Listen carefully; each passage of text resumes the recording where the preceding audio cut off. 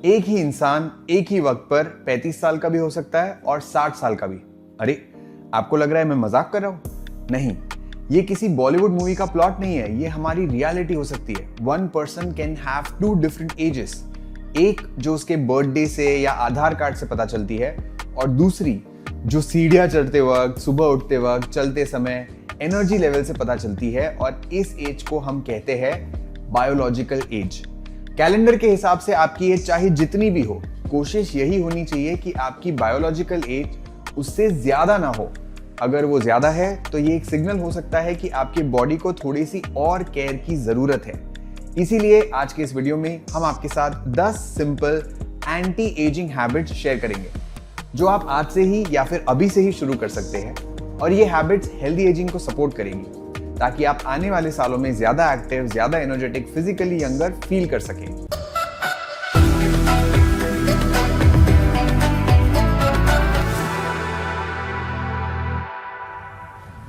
Fix your snoring. पता है क्यों?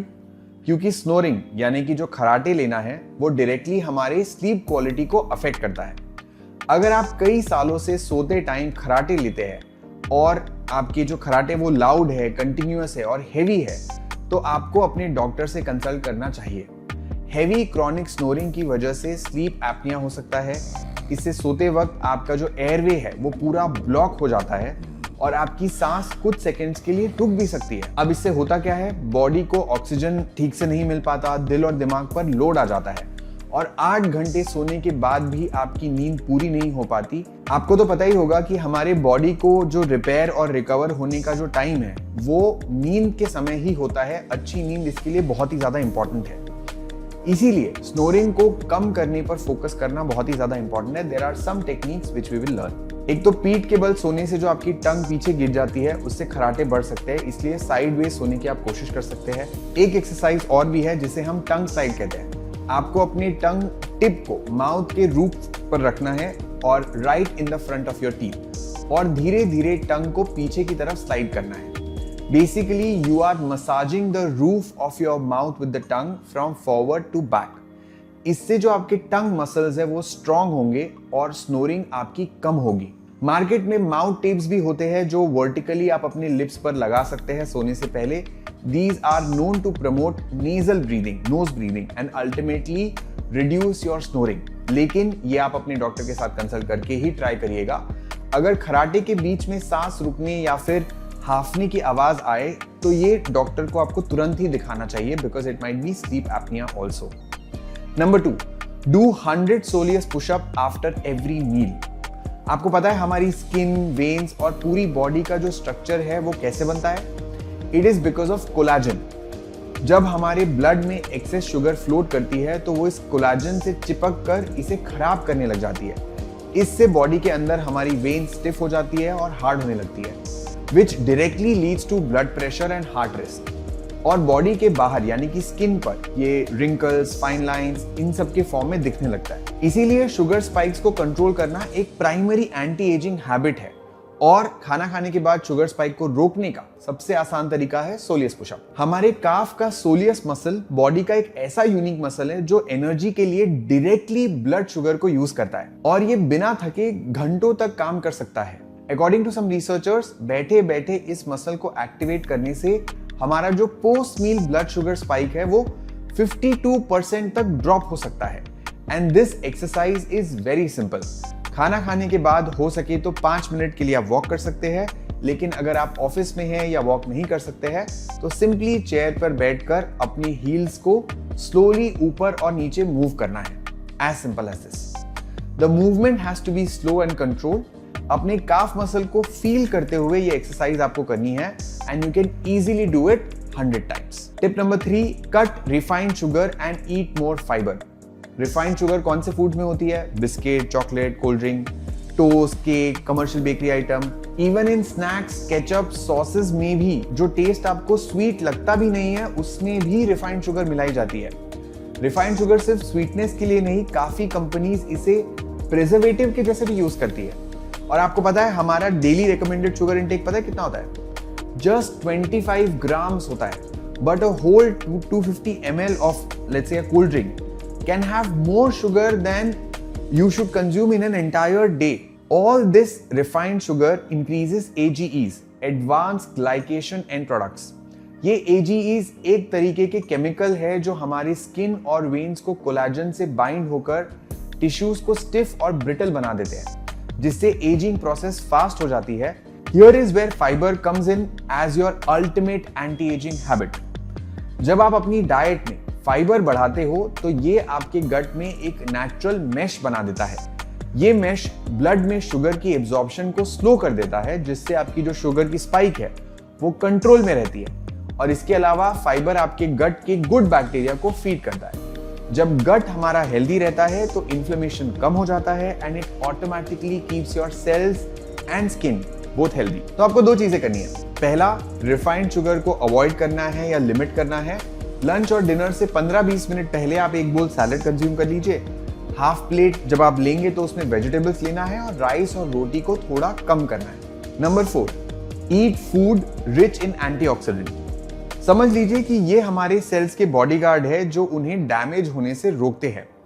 इसीलिए अपने डाइट में एंटीऑक्सीडेंट रिच फूड ऐड करना बहुत ही जरूरी है. Eat a rainbow of plant foods. अलग अलग कलर का मतलब है अलग अलग टाइप के antioxidants.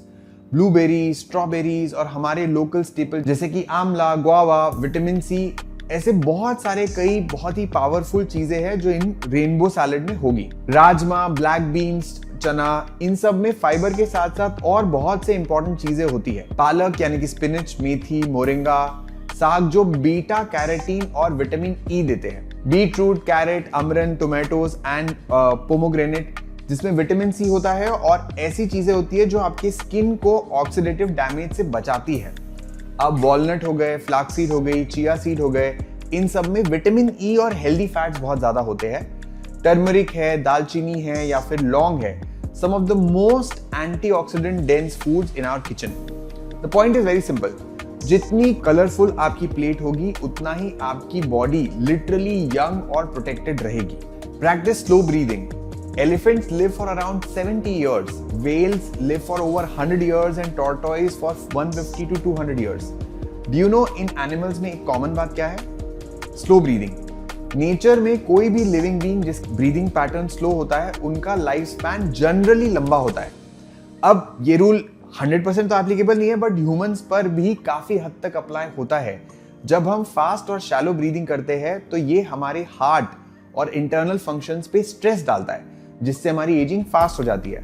Right on the other hand, slow और डीप ब्रीदिंग हमारे हार्ट हेल्थ को इंप्रूव करता है, स्ट्रेस हार्मोन्स को रिड्यूस करता है, बॉडी की इन्फ्लेमेशन को कम करता है. इसीलिए बस दिन में अगर आप 5 मिनट निकालकर डीप कंट्रोल ब्रीदिंग प्रैक्टिस आपको करनी ही चाहिए. One pranayam that instantly slows down your breathing is Anulom Vilom और नाड़ी शोधन प्राणायाम. This is also called as the alternate nostril breathing, जिसमें हम लेफ्ट से सांस लेते हैं, राइट से छोड़ते हैं, राइट से लेते हैं, लेफ्ट से छोड़ते हैं. This 2 breaths is called one cycle and we should do this for 5 minutes or 10 counts, almost similar. Now, number 6, very very important, keep yourself active, both physically and mentally. What do I mean by this? अगर आपको young और energetic feel करना है तो हमें हमारी body को उस हिसाब से ट्रेन करना होगा, लेकिन एट द सेम टाइम हमें अपने ब्रेन को भी ट्रेन करना होगा बाय कीपिंग इट एक्टिव. तो चलिए देखते हैं कि हम अपनी बॉडी और ब्रेन दोनों के लिए कैसे ये हम कर सकते हैं. First, for the body, simple rule याद रखना है, you are meant to move. हमें शरीर क्यों दिया गया है? ताकि हम मूवमेंट कर सके. एक्सरसाइज के लिए 24 घंटे में से 20 मिनट निकालना तो बहुत ही आसान होना ही चाहिए. 20 मिनट नहीं तो कम से कम 10 मिनट तो निकालना ही है ताकि कंसिस्टेंसी बनी रहे. और बचे हुए 23 घंटों में आपको करना है NEAT, मतलब नॉन एक्सरसाइज एक्टिविटी थर्मोजेनेसिस, यानी कि दिन में जितना हो सके उतना ज्यादा मूव कर रहे. मतलब मान लीजिए आपकी कोई मीटिंग है, आप फोन पे बात कर रहे हैं तो चलते फिरते करिए रादर देन बैठे बैठे. मान लीजिए आप ट्रैवल कर रहे हो, आपके पास जगह नहीं है, तो पॉसिबल हो तो बीच में थोड़ा सा खड़े होके उठ जाइए, बैठ जाइए. कुकिंग करते वक्त आप खड़े खड़े थोड़े से स्ट्रेचेस कर सकते हैं, काफ रेजेस कर सकते हैं. Basically find ways to move your body throughout the day. Second, for the brain, इसके लिए सबसे बेस्ट तरीका है ब्रेन एक्सरसाइज करना. हमने एक बहुत ही अच्छी सी ब्रेन एक्सरसाइज पे वीडियो बनाई है जिसमें आप हर दिन 9-10 मिनट के लिए उसको फॉलो कर सकते हैं. लिंक उसका डिस्क्रिप्शन में आपको मिल जाएगा. बट मोटा मोटा रूल ये है कि कुछ तो अपनी ब्रेन के लिए नया करते रहिए ताकि आपका ब्रेन एक्टिव रहे. अगर आपको कोई नई लैंग्वेज सीखनी हो, कोई बुक पढ़नी हो या कोई पुरानी हॉबी है, वो आप बिल्कुल ट्राई करिए ताकि आपका ब्रेन और एक्टिव रह सके। Number 7, give your digestive system a 12-hour overnight break minimum. जब हम 7-8 घंटे तक ठीक से सो नहीं पाते तो दूसरे दिन कैसा लगता है? बिल्कुल एनर्जी नहीं होती है, जल्दी गुस्सा आ जाता है, डिसीजन नहीं ले पाते हैं। जैसे हमारे लिए 8 hours of sleep is important, वैसे ही हमारे डाइजेस्टिव सिस्टम के लिए कम से कम 12 घंटे का ओवरनाइट ब्रेक बहुत ही इंपॉर्टेंट है। और ये कैसे करना है? सिंपल रूल है, डिनर अगर रात को 8 बजे किया तो अगले दिन सुबह 7-8 बजे तक कुछ नहीं खाएंगे, बस एज सिंपल एज दिस। याद रखना, अगर आपको डायबिटीज हो या कुछ दिक्कत हो तो आप ये रूल फॉलो करने से पहले अपने डॉक्टर से जरूर बात कर लें। जब आपका स्टमक पूरी रात रेस्ट मोड में होता है तो आपके सेल्स को एक विंडो मिल जाता है ताकि वो अपने आप को इंटरनली साफ सफाई कर सके। इससे आपके सेल्स को सारा वेस्ट और टॉक्सिन्स को साफ करने के लिए एक अच्छा सा टाइम मिल जाता है। इस प्रोसेस को ऑटोफेजी कहते हैं। ये प्रोसेस जब बॉडी में ठीक से काम करती है तो हमारे बॉडी में जो इन्फ्लेमेशन है वो कम हो जाता है, एज रिलेटेड जो डिजीजेस है उसका रिस्क कम हो जाता है, हमारी बायोलॉजिकल जो एजिंग है वो स्लो हो जाती है। ऑन द फ्लिप साइड, जब ऑटोफेजी प्रॉपर्ली काम नहीं करती है तो उससे हमारे बॉडी और ब्रेन हेल्थ दोनों ही डिक्लाइन होने लग जाती है। 7 PM डिनर अगर आप 21 डेज तक करोगे तो उसका क्या फायदा होगा, इस पर भी मैंने एक डिटेल वीडियो बनाई है, आपको उसकी भी लिंक हम डिस्क्रिप्शन में दे देंगे। And last but not the least, number 8, finish your warm shower with a 30 second of cold rinse. एक सिंपल हैबिट जो आपकी स्किन, इम्यूनिटी और वैस्कुलर यानी कि ब्लड वेसल्स के हेल्थ को इंस्टेंटली बूस्ट कर सकती है। जब हम गर्म पानी से नहाते हैं तो हमारे ब्लड वेसल्स एक्सपैंड हो जाते हैं, लेकिन जैसे ही हम शावर के लास्ट 30 सेकेंड ठंडे पानी पे स्विच करते हैं तो बॉडी में एक रिएक्शन होती है। कोल्ड वाटर हमारी एक्सपैंडेड ब्लड वेसल्स को श्रिंक कर देता है, जिससे ब्लड ऑर्गन्स की तरफ रश करता है। और जब हम शावर से बाहर आते हैं तो अचानक से फ्रेश और क्लीन ब्लड स्किन तक वापस आता है। It basically creates a mini pump effect. उम्र के साथ साथ हमारी ब्लड वेसल स्टिफ होने लगती है, लेकिन वार्म और कोल्ड का इस स्विच, ये जो हम स्विच करते हैं, इससे हमारे ब्लड वेसल्स एक्सपैंड और श्रिंक होते हैं, जिससे उनकी जो नेचुरल फ्लेक्सिबिलिटी या इलास्टिसिटी है वो मेंटेन रहती है। सेकेंडली, हमारे बॉडी में टॉक्सिक वेस्ट साफ करने वाला जो सिस्टम है उसके पास ना कोई हार्ट नहीं होता। कोल्ड वाटर से होने वाला जो पंप इफेक्ट है वो सारा पुराना जो फ्लूइड और वेस्ट है उसको बाहर निकालना है वो आसान बना देता है। इससे इन्फ्लेमेशन कम हो जाता है। Hot to cold shower switch try करने से पहले अगर आपको कोई मेडिकल कंडीशन है जिसकी हाई बीपी है या अरिथमिया है तो प्लीज अपने डॉक्टर से कंसल्ट जरूर कर लीजिए। You can simply avoid it. और एक चीज आप ट्राई कर सकते हो कि आप ठंडे पानी से ही नहाइए। Cold water shower also might be a great idea to just activate this pump effect. तो ये थे 8 anti ageing habits that will make you feel younger inside out. इन सभी हैबिट को एक साथ शुरू करने की जरूरत बिल्कुल नहीं है, बस आपको कोई भी 2-3 पिक करनी है, उन्हें अपने डेली लाइफ में कंसिस्टेंटली फॉलो करना स्टार्ट कीजिए। आप सबसे पहले कौन सी हैबिट फॉलो करने वाले हो आप कमेंट में जरूर लिख के बता सकते हैं। वीडियो को लाइक करें और अपने फ्रेंड्स और फैमिली के साथ जरूर शेयर करें। ऐसे ही और हेल्दी टिप्स के लिए आप हमें सब्सक्राइब करना ना भूलें। मिलते हैं अगले वीडियो में। नमस्ते।